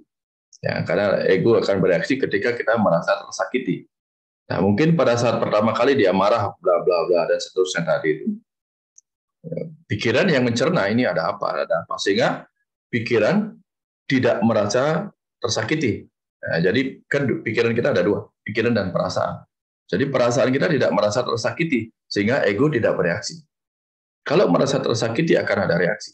Nah, yang berikutnya baru kemungkinan muncul rasa takut. Takut reaksi ego yang muncul sehingga menjadi menyakiti diri sendiri ketika mendengarkan kata-kata yang mungkin tidak menyenangkan dari orang ini. Nah, sehingga akhirnya apa yang terjadi? Datang tapi menjadi dingin. Nah, apakah itu kemudian masalah? Tidak. Setiap orang itu akan menemukan orang yang sefrekuensi. Ada frekuensi, ada chemistry. Nah, begitu kita awalnya dekat, kemudian tidak ada chemistry lagi, maka kita tidak akan terkoneksi lagi. Itu biasa-biasa saja. Sama seperti kupu-kupu, ya, ada chemistry dengan sekuntum bunga yang sedang mekar. Ya, datang, ya, mereka baik-baik. Kupu-kupu dan bunganya menyatu. Esok harinya, bunga itu masih mekar. Apakah kupu-kupu akan datang lagi ke sana? Belum tentu. Belum tentu. Mungkin dia akan hinggap di bunga yang lainnya. Karena barangkali nektarnya sudah diambilnya kemarin. Nah, artinya frekuensinya sedang tidak ada lagi. Jadi baik-baik saja. Jadi bukan berarti ketika kita ketemu orang yang sama, kemudian kita tidak lagi ngobrol karena sebelum-sebelumnya sebenarnya baik. Ya, bisa saja kemudian jauh di kedalaman batin masing-masing sedang mencoba untuk memberi zona aman, zona nyaman pada diri masing-masing sehingga memberi ruang dan waktu sampai ada sesuatu yang tersembuhkan. Terutama siapa? Terutama pada yang batinnya sedang sakit. Siapa yang batinnya sedang sakit? Batin yang marah-marah itu yang sakit. Sehingga ketika kita tidak lagi tidak berbicara dengan orang itu, selama kita tidak merasa masalah, tidak ada rasa dendam, tidak ada rasa cemas, tidak rasa takut, baik-baik saja. Hanya tidak menyapa, hanya tidak seperti sebelum saja, oke, tidak masalah. Ya. Dan dia pun menghindari itu mungkin untuk mencegah dirinya mengeluarkan lagi kata-kata yang menyakiti. Nah, tapi apa yang akan terjadi nanti? Kita tidak akan pernah tahu. Kalau dia merasa urusannya sudah selesai dengan dirinya sendiri, maka akan terjadi perubahan. Nah, saya pernah mengalami seperti itu. Saya pernah mengalami persis seperti yang Ibu alami. Saya mendapatkan kemarahan dan saya hanya tersenyum. Dan saya besok ketemu lagi, baik-baik aja sama dia. Baik-baik saja. Lalu apa jawabannya? Tidak ada apa-apa. Dia tetap saja dingin, tetap saja begitu. Tapi setiap kali saya ketemu, saya tetap baik. Tetap menyapa, tidak dibalas, saya baik-baik saja. Sampai suatu ketika, mungkin sekitar lebih dari 5 tahun nanti. Nggak tahu dia mendapatkan informasi dari mana, bla bla bla. Suatu ketika dia yang menyapa duluan, bahkan meminta kepada saya, meminta sesuatu kepada saya. Nah, sebuah pencerahan lah diminta. Oke, saya berikan. Nah, disitulah. Artinya yang saya sebutkan tadi itu adalah apa? Bukan berarti saya menghindar ketika saya tidak mencoba menyapanya. Atau mencoba menyapanya bukan berarti saya sedang melakukan sesuatu yang mencoba mendekatinya. Enggak, biasa-biasa saja. Ya. Bukan berarti ketika dia tidak membalas sapaan saya, dia sedang menjaga jarak. Enggak. Ya, karena dulunya saya memang sempat baik juga sama dia. Nah, ketika ada sedikit konflik menurut dia, ya sudah, enggak apa-apa. Saya biarkan 5 tahun kemudian, ya, saya terus sapa. Tapi 5 tahun kemudian dia baru menyadari bahwa saya tidak ada masalah. Nah, ini contoh bagaimana menghadapi orang-orang seperti itu. Cara terbaiknya adalah jangan pernah memancarkan hal-hal yang sesuai dengan dirinya. Ya. Kalau dia marah pada kita dan faktanya kita nggak marah sama dia, ngapain kita ikut-ikutan marah? Berarti kita tertular oleh kemarahan dia. Ya. Kalau orang kena cancer, apakah kita mau cancer juga? Kalau orang kena flu, apa kita mau flu juga? Kalau orang kena TBC, apa kita mau? Tentu kita nggak mau. Karena itu membuat kita sama-sama sakit seperti dia. Terus kalau dia marah, kenapa kita mau marah? Padahal kemarahan itu menyakiti dia, kemarahan kita juga menyakiti diri kita. Tapi faktanya, orang lain marah, kita ikut-ikutan marah sama orang itu. Orang itu menipu kita, kita ikut-ikutan menipu. Jadi ini kontradiksi dalam kehidupan kita. Padahal kita tidak ingin tubuh kita mengalami penyakit yang sama seperti yang dialami orang lain. Kita ingin selalu sehat walaupun orang lain sedang sakit. Tapi faktanya ketika orang lain marah, kita ingin ikut-ikutan marah. Orang lain sedih, kita ingin ikut-ikutan sedih. Ya, orang berpikir negatif tentang kita ingin berpikir negatif tentang orang itu. Ya, jadi ini yang ketika kita tidak berkesadaran, kita tidak tahu apa yang layak kita ikuti dari orang lain. Tapi ketika orang lain tercerahkan, kenapa kita tidak ingin ikut tercerahkan? Ketika orang lain berkesadaran, kenapa kita tidak ingin ikut berkesadaran? Nah, ini pakai perenungan. Sehingga kita tetap menjadi diri kita sendiri. Kita bukanlah televisi yang remote-nya dipegang orang lain. Dia mau melihat kita menampilkan wajah komedi, disetel remote-nya. Dia menginginkan kita berwajah tragedi, disetel remote-nya. Dia menginginkan kita berwajah seperti penjahat, disetel remote-nya, dan kita berubah menjadi orang lain seperti yang dia harapkan. Nah, kalau kita berkesadaran, kita akan tahu bagaimana caranya mencegah diri kita menjadi seperti yang orang lain inginkan. Kita ingin menjadi diri kita sendiri yang semakin hari semakin lebih baik, semakin berkesadaran. Kira-kira seperti itu jawabannya. Ibu. Terima kasih, Pak Wayan. Terima kasih Pak Wayan. Pak Lotus Roy, silahkan. Terima kasih Ibu. Guru Wayan, terima kasih atas kesempatannya. Kesempatan ini saya menyampaikan ada 2 testimoni dan 1 pertanyaan sebenarnya. Testimoni yang pertama adalah pada tanggal 18 Agustus di hari kemarin itu, tiba-tiba saya tuh nggak bisa tidur sehari malaman sampai subuh itu akhirnya baru bisa tidur. Saya udah baca-baca, udah macam-macam, terus akhirnya nggak bisa ketemu, capek, lelah rasanya tubuh. Kemudian setelah subuh baru bisa tidur. Esok harinya begitu juga. Akhirnya saya tanya ke Tuhan, kiranya pelajaran apa yang akan saya terima itu kan, gitu kan, dari kejadian gitu kan. Terus hari ketiganya akhirnya timbul kesadaran, oh iya, rupanya Tuhan sedang membuka kelas untuk saya untuk belajar di jam-jam orang-orang sedang tidur begitu kan. Udah, terima kasih Tuhan gitu kan. Selanjutnya saya nikmati setiap saya terbangun jam 1, jam 2, jam 3, saya berikan kesempatan bagi diri saya untuk mencoba menyatu dengan Tuhan gitu kan. Itu yang satu. Yang kedua, ada peristiwa kira-kira dalam sebulan ini ada beberapa peristiwa kematian. Ada pertama klien saya masih muda, umur 20 tahun, meninggal dunia karena kanker kanker darah gitu. Dan dia baru tahu itu dalam sebulan sebelumnya. Pada waktu saya dengar kabar dia meninggal, itu saya baru ketemu kira-kira 1 minggu sebelumnya gitu, saya segar gitu kan. Satu. Kemudian peristiwa keduanya dalam waktu yang bersamaan, seorang paman saya udah berusia mungkin udah sepuh, udah 80 tahun gitu kan, masuk rumah sakit, UGD, ICU segala macam, dalam tahapan untuk berpulang ke yang Maha Kuasa, tapi lama prosesnya gitu. Kemudian enggak jauh dari waktu paman saya masuk, sepupu saya masuk IGD juga karena kecelakaan, gitu kan.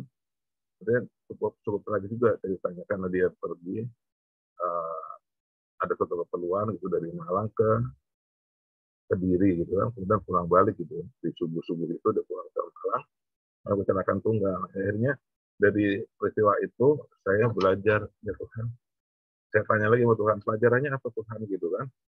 Akhirnya timbul jawaban, oh Tuhan bilang quality time. Akhirnya saya belajar saat itu untuk lebih dekat pada istri saya, anak-anak saya, karyawan saya gitu kan, lebih menyapa, untuk lebih mendengarkan mereka gitu. Yang ketiga adalah dua hal itu saya bisa berkomunikasi dan punya kesadaran, tapi ketiga ini ada pertanyaan saya yang belum terjawab, dan karena mungkin saya punya kemauan, punya mau dan keinginan yang sifatnya lebih pada duniawi gitu ya, hal saja. Saya udah 10 tahun ini sakit aja saya berjalan dibantu dengan alat bantu tongkat. Saya tanya Tuhan gitu kan, aku pengen sembuh, jadi masih ada keinginan untuk mau sembuh, jadi kemauan saya, mau saya masih tinggi gitu Guru. Nah jadi mohon pencerahannya gitu Guru. Persoalan ini alhamdulillah saya bisa ketemu dengan Guru Wayan. Terima kasih semuanya Guru. Terima kasih. Itu tadi dari Pak Lotus Roy. Ya. Pak siapa? Roy. Pak Roy. Ya. Oke. Usia berapa, Pak? Saya 61 sekarang. Oke, baik. Terima kasih. Kenapa saya tanyakan usia? Karena usia itu mempengaruhi kebutuhan tidur kita. Itu sangat mempengaruhi kebutuhan tidur kita. Dan kita tahu dalam urusan tidur, kita akan memasuki siklus tidur yang terus berulang. Yang disebut fase tidur itu. Nah, ada momentum di mana kita terbangun dari tidur kita, kemudian melanjutkan lagi siklus tidur berikutnya, melanjutkan lagi sampai pagi hari. Itu normalnya. Demikian ketika kita masih berumur lebih muda. Ketika kita berumur lebih menua, kebutuhan tidur kita sudah semakin sedikit. Sehingga mungkin kita akan dapat satu siklus tidur lengkap, kemudian terbangun dan sulit tidur lagi. Nah, lalu apa hal yang diinginkan semesta? Bukan kita terganggu karena tidak bisa tidur, tetapi karena kita memang kehilangan rasa kantuk. Kalau dulu kan biasanya tidur kita kalau baru satu siklus terbangun ngantuk lagi. Kalau menua kita nggak terbangun tapi kita nggak ingin tidur lagi. Nah, apa yang diinginkan oleh semesta itu sendiri? Gini, kita tahu bahwa siklus tidur itu adalah siklus di mana memang pikiran kita menurun dari gelombang beta yang sibuk ke gelombang alfa theta sampai ke gelombang tidur atau delta. Nah, di gelombang alfa theta itu adalah gelombang meditatif. Gelombang kita bisa terhubung dengan jiwa kita, terhubung dengan tubuh kita. Nah, sehingga ada dua hal yang bisa kita lakukan ketika kita terbangun tengah malam dan kita tidak bisa tidur lagi. Tetapi sebenarnya kita masih dalam kondisi alfa theta itu tadi. Tapi hanya belum bisa ke delta yang tidur. Nah, apa yang bisa kita lakukan? Karena itu adalah gelombang meditatif secara alami. Kita bisa terkoneksi dengan tubuh kita untuk meminta apa yang kita inginkan. Bisa meminta kesembuhan ya kepada sel-sel cerdas dalam tubuh kita. Karena ada 3 kekuatan dalam diri kita. Kecerdasan jiwa atau kecerdasan atas sadar. Tempat pikiran sadar kita meminta jawaban-jawaban atau insight.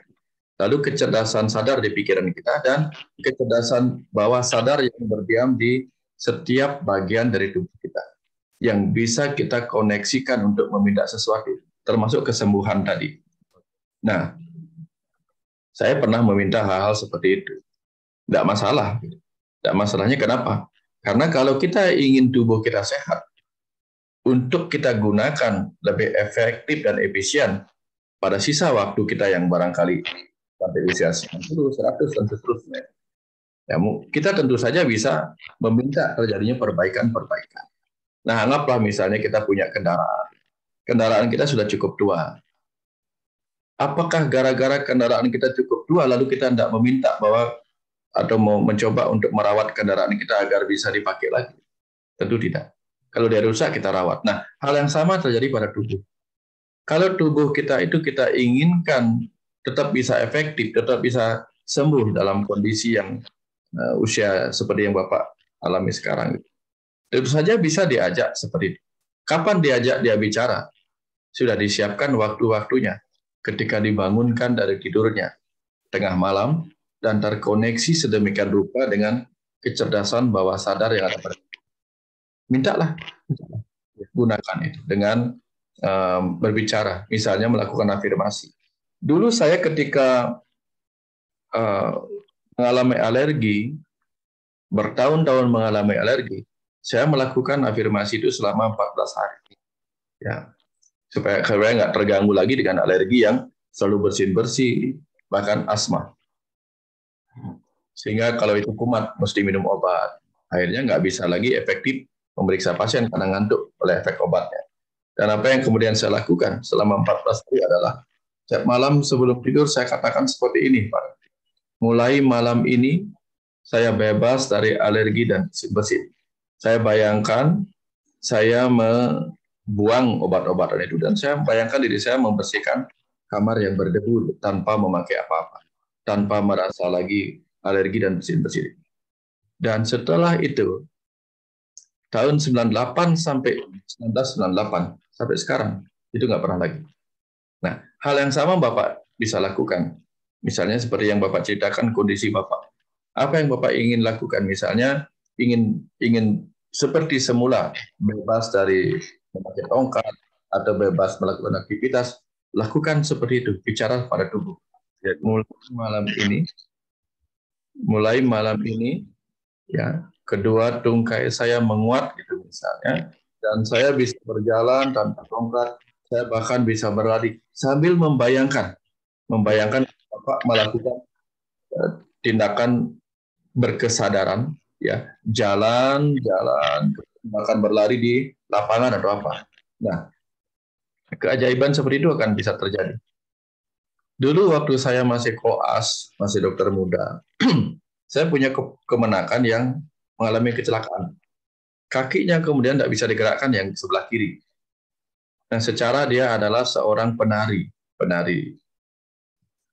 Dia tentu sedih sekali dengan usia muda, kakinya lumpuhlah sebelah kiri. Tidak bisa digerakkan sama sekali. Tapi tidak ada yang patah. Tidak. Waktu itu saya pegang kakinya. Saya minta dengan penuh keyakinan, rasakan ujung-ujung jari kaki kirimu bergerak. Saya bilang, rasakan ada sesuatu mengalir dari pikiranmu, dari otakmu, mengalir energi listrik yang menggerakkan kaki. Bayangkan kakimu itu bergerak. Saya pegang telapak kaki. Dan apa yang terjadi? Ketika dia memiliki keyakinan, sedikit demi sedikit, ujung jarinya bergerak. Yang tadinya nggak bisa bergerak. Gerak sedikit. Itulah yang menyentak kesadarannya. Bahwa ternyata saya bisa. Dan ketika dia memiliki anchor itu, lalu dia melakukan sendiri terus-menerus. Beberapa hari kemudian, dia pulih dan bisa pulang. Sekarang kembali sehat menjadi penari di Amerika. Nah, sekarang sudah sehat. Sudah lama sih itu, bertahun-tahun yang lalu. Nah, artinya apa? Artinya tubuh kita memiliki kecerdasan luar biasa. Kita memiliki daya ajaib penyembuhan yang bisa diakses di jam-jam seperti itu. Jadi ketika mungkin Bapak memiliki harapan untuk sembuh, sehingga harapan untuk sembuh itu didukung oleh tubuh, sehingga tubuh itu bangun tengah malam. Untuk apa? Ayo dong. Seakan-akan tubuh bilang, ayo dong kalau ingin sembuh. Sekarang bicara. Sembuhan seperti apa yang diinginkan. Sekarang bicara. Sudah saya bangunkan, saya siap menerima perintahnya. Mungkin seperti itu proses panjangnya. Sehingga dimanfaatkan enggak sekarang waktu yang seperti itu yang sudah disediakan oleh kecerdasan semesta yang ada dalam tubuh itu. Lalu apa sih kecerdasan semesta? Itulah Tuhan. Itulah Tuhan. Tuhan yang sedang berdiam dalam tubuh kita. Tuhan yang sedang berdiam dalam roh kita sebagai kecerdasan atas sadar. Nah, itulah kecerdasan seperti itu. Nah, untuk memahami kenapa Tuhan adalah kecerdasan? Barangkali bisa cek di YouTube saya, di kanal YouTube saya, yang berkenaan dengan itu. Dengan daya ajaib penyembuhan dalam diri. Kira-kira seperti itu, Pak Rawi. Terima kasih testimoninya, dan mudah-mudahan ke depan apa yang Bapak lakukan dan harapkan itu menjadi kenyataan. Supaya bertemu dengan keajaiban dalam diri. Kira-kira seperti itu. Ya, atur semua, Guru.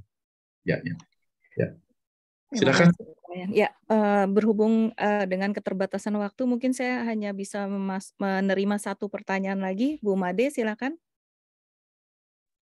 Ya, terima kasih Bu Eka.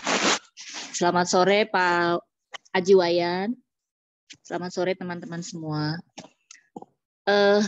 Saya sebenarnya baru mengikut kelas ini, masuknya tadi agak telat, tapi membawa saya kepada kenangan atau masa lalu ketika saya pergi ke salah satu pura di Tampak Siring ya, di Gianyar, Pura Kebo Edan. Itu kalimat Pak Aji Wayan tadi bilang, kamu harus pulang. Itu kata-kata yang memang saya ingat sampai sekarang sih. Saya harus pulang. Tapi saya dulu nggak ngerti karena waktu itu masih bergajulan kali ya istilahnya ya. Masih bandel gitu loh, Aji. Masih muda. Jadi ketika ketika Jero di situ dan dia bilang, kamu harus pulang, tapi saya nggak ngerti poinnya apa. Ya saya udah pulang nih ke Bali gitu loh. Karena saya kan tinggalnya di Jakarta. Dan itu mengetuk kesadaran saya pada masa itu. Kemudian dengan kehidupan, pekerjaan dan lain-lain, tentunya sebagai orang yang dirantau di Jakarta, ya secara materi, ekonomi dan segala macam tentunya tercukupi dengan kehidupan yang ada. Tapi tadi teguran dari Aji Wayan juga tuh mengingatkan saya kembali ketika beberapa bulan terakhir ini. Saya terbiasa memang mengucapkan terima kasih sama orang ya. Misalnya kalau saya naik apa, terus saya bilang, saya turun dari kendaraan, pasti saya bilang, makasih Pak, gitu. Walaupun dia seorang supir, seorang satpam, misalnya dari MRT turun kan ada satpamnya, makasih Pak. Saya tidak mengharapkan dia jawab, iya Bu, sama-sama, enggak. Tapi ketika di kendaraan umum itu ada orang yang saya tolong tanpa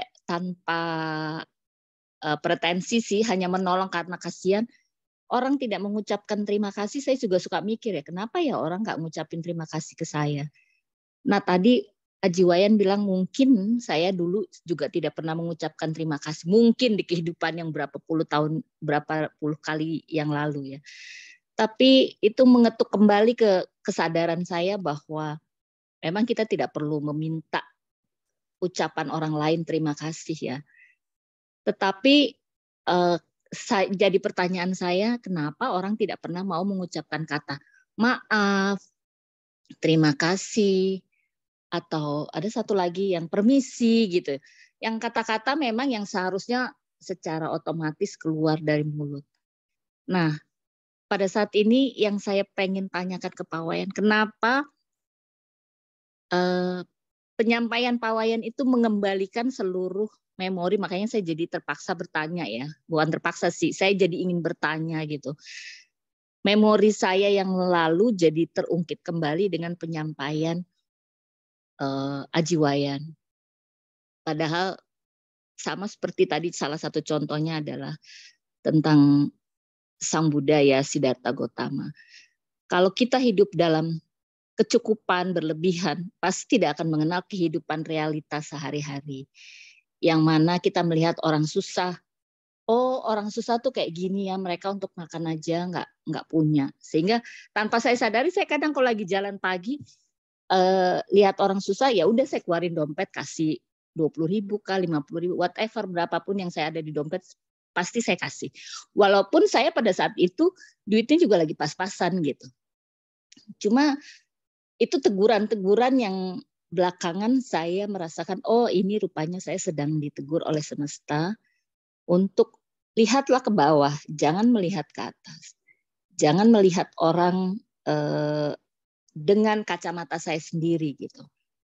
Jadi saya nggak tahu nih apakah saya pertanyaan atau saya pernyataan atau saya ingin konfirmasi dari Aji Wayan. Itu aja. Thank you Pak. Thank you Bu Eka. Terima kasih.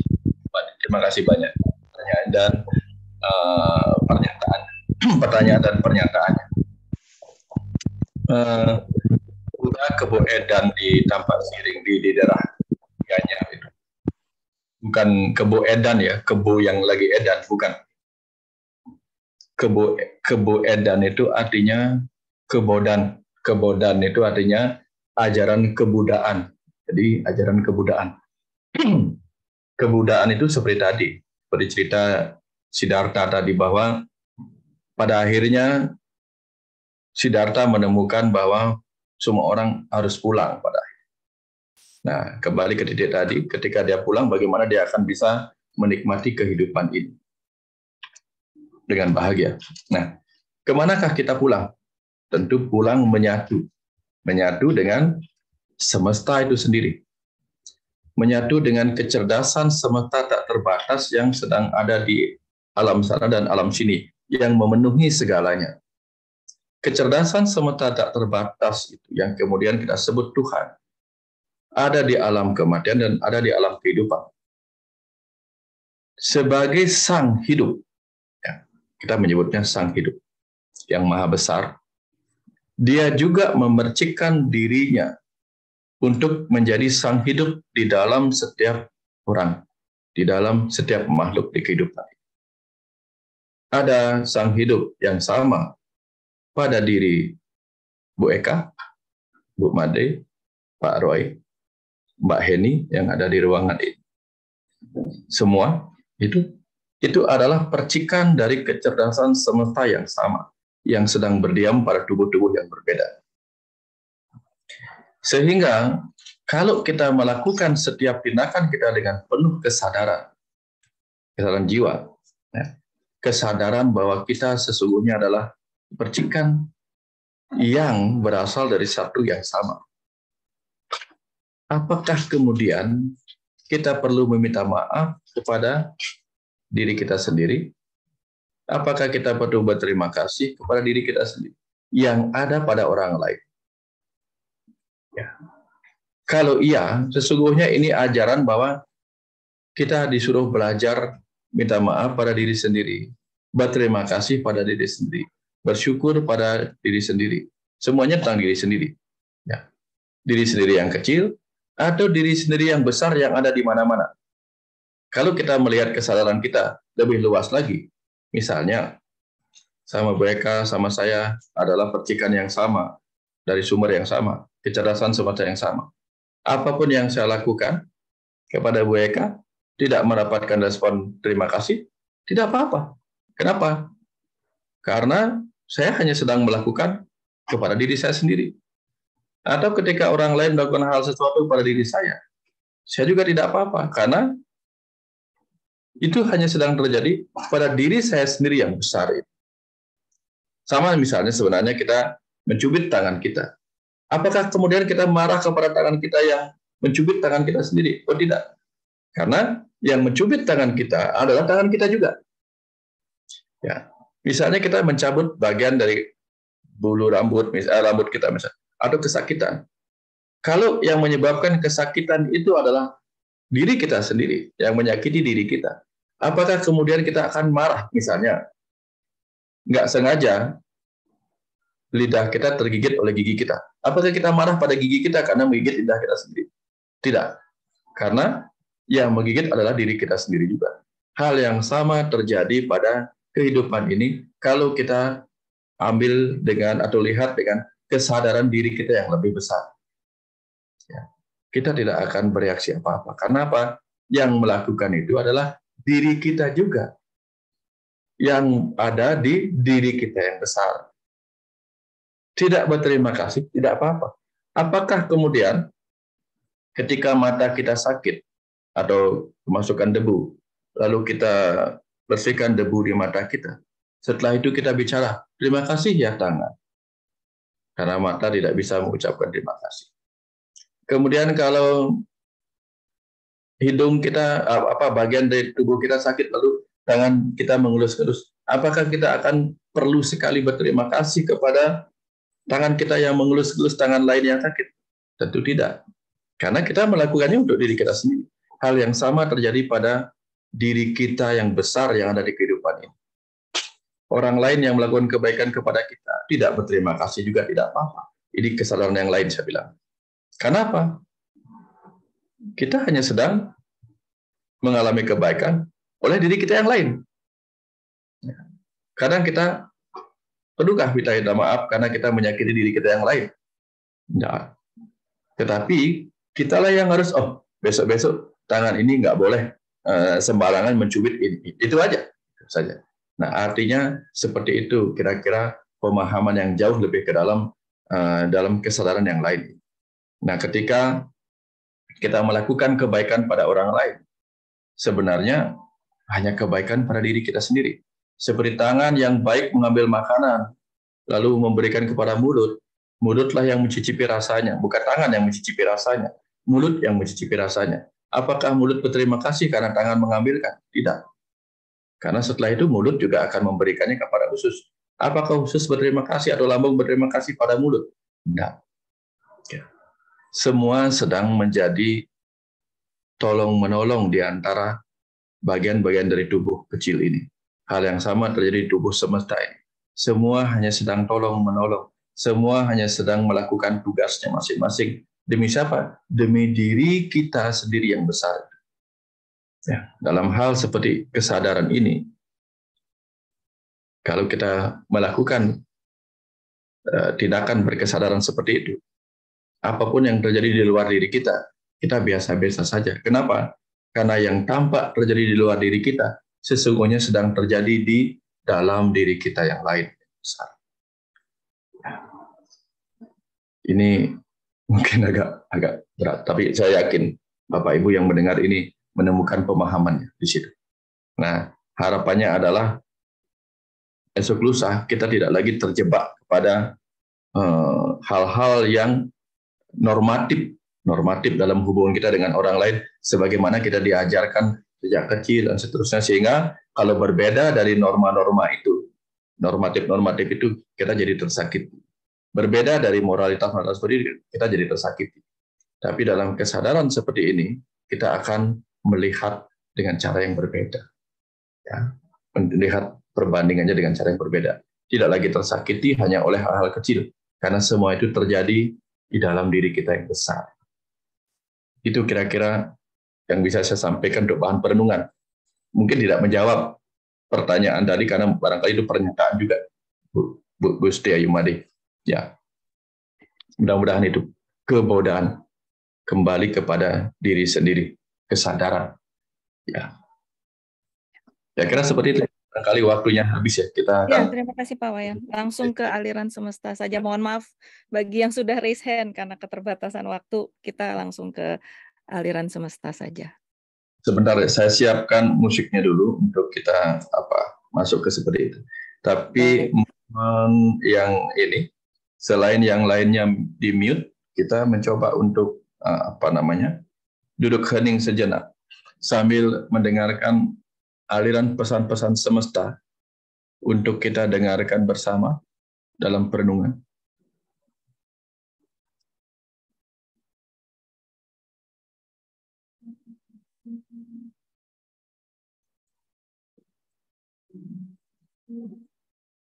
Silahkan duduk.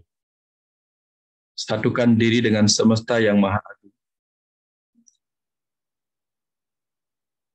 Rasakan kita menyatu dengan Tuhan sebagai Sang Waktu yang hadir bersama kita saat ini.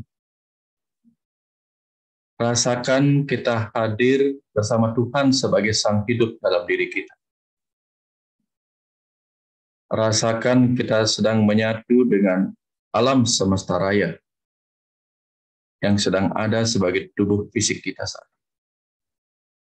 Rasakan kita sedang bersatu dengan kecerdasan semesta tak terbatas yang ada bersama kita sebagai pikiran sadar kita untuk menyerap semua pengetahuan yang dialirkan kepada kita. Lalu izinkan diri kita untuk sejenak mendengarkan semesta itu memberi pesan kepada kita. Semoga keheningan menyatukan kita melalui pesannya.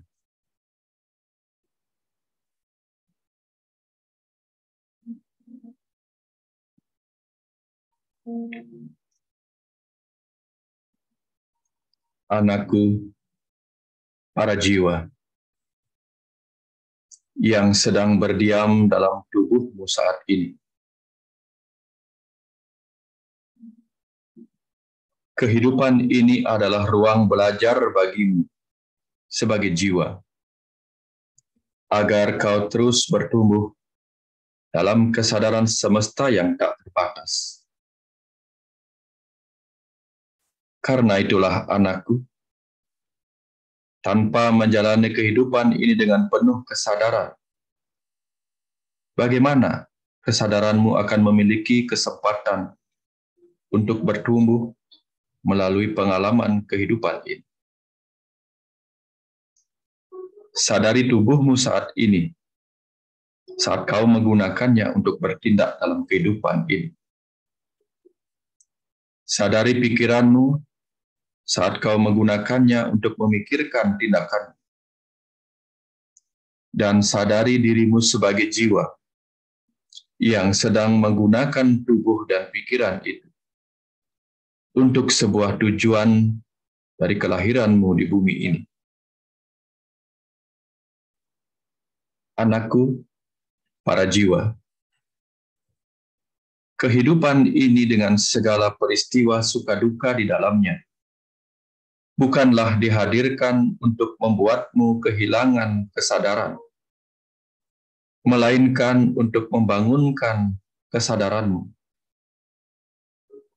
Sebab tanpa menjalani semua peristiwa itu, kau akan terus tertidur dalam tubuhmu yang tak abadi.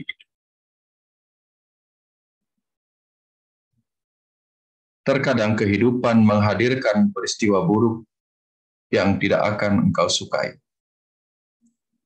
Tetapi itu datang dalam hidupmu, agar kau bangkit untuk bisa melewatinya dengan kecerdasan dan kesadaranmu sebagai jiwa. Ketika kau menyerah oleh derita kehidupan, maka kau akan kehilangan kesadaranmu sebagai jiwa, lalu memilih bertindak di luar kesadaran sejatimu yang penuh dengan kecerdasan.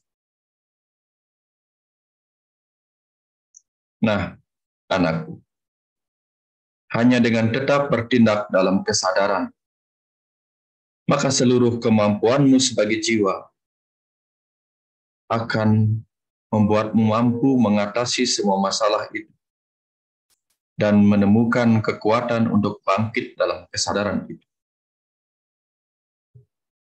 Maka anakku, teruslah hidup dalam kesadaran, agar segala yang kau lalui di kehidupan ini bisa memberi manfaat bagimu. Sebab kehidupan ini hanya sementara bagi jiwamu. Jangan biarkan kehidupanmu saat ini menjadi kelahiran yang sia-sia bagi perjalanan kesadaran jiwa. Temukan dan tumbuhkan kesadaran sejati jiwamu, anak. Karena sesudah kehidupan ini berakhir, aku sendiri yang akan menunggumu di alam kesadaran. Teruslah bertumbuh, anakku. Bertindaklah dalam kesadaran jiwa. Karena dengan itulah kau akan bisa melihat kehidupan ini sebagaimana aku melihat dengan kesadaranku sebagai jiwa semesta raya yang tak terbatas. Mari anakku, bertumbuhlah dalam kesadaranku, dalam setiap tindakanmu di kehidupan semesta kecilmu ini. Lalu rasakan kepulanganmu dalam kesadaranmu menjadi kesadaran semestaku yang tak terbatas.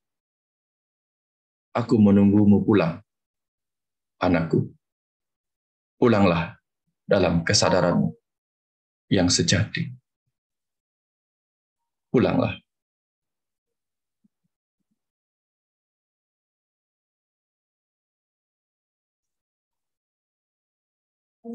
Terima kasih para jiwa. Terima kasih sudah menyatu dalam pesan-pesan keheningan semesta malam ini. Semoga selalu diizinkan bertumbuh dalam kesadaran yang lebih luas. Terima kasih, Pak. Sami-sami, Pak. Terima kasih banyak Pak Wayan dan teman-teman semua. Mungkin kita foto bersama dulu, Rin.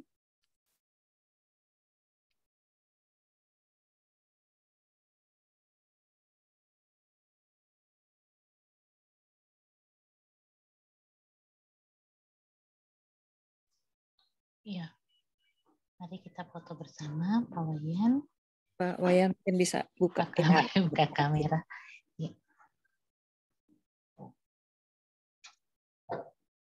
Saya mulai di halaman pertama.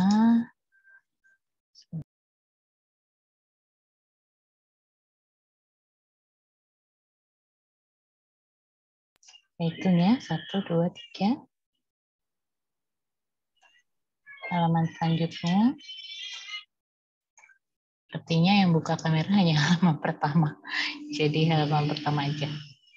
Oke. Terima kasih Pak Wayan. Terima kasih semua. Sekali lagi terima kasih banyak Pak Wayan atas waktunya dan aliran semestanya.